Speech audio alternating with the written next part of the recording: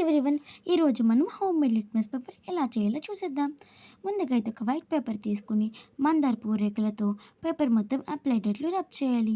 వీడియోలో చూస్తున్నట్లుగా. అసలు ఈ లిట్మస్ పేపర్ దేనికి యూజ్ అవుతుందంటే బేసా లేక యాసిడ్ అని తెలుసుకోవడానికి యూజ్ అవుతుంది. మనకు తెలుసు litmus papers two types, red litmus paper, blue litmus paper. Blue litmus paper అనేది యాసిడ్తో రియాక్ట్ అవుతుంది and converted into pink colour and బేసెస్తో రియాక్ట్ అవ్వదు. రెడ్ లిట్మస్ పేపర్ అనేది యాసిడ్తో రియాక్ట్ అవ్వదు.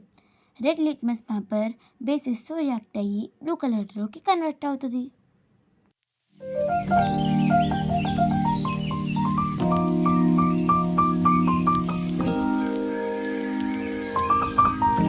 ఇలా వీడియోలో చూపిస్తున్నట్లుగా మందార పువ్వు రేకులతో పేపర్ మొత్తం అప్లై చేసుకోవాలి. అలా పేపర్ మొత్తం అప్లై చేసేసుకున్న తర్వాత ఆ పేపర్ని డ్రై చేసుకోవాలి. మనం తయారు చేసిన ఈ లిట్మస్ పేపర్ వర్క్ చేస్తుందా లేదని టెస్ట్ చేయడానికి మనం ఎగ్జాంపుల్గా సిట్రిక్ యాసిడ్ని తీసుకున్నాం. అదేనండి నిమ్మకాయ. మనం తయారు చేసిన లిట్మస్ పేపర్ అయితే వర్క్ అయింది.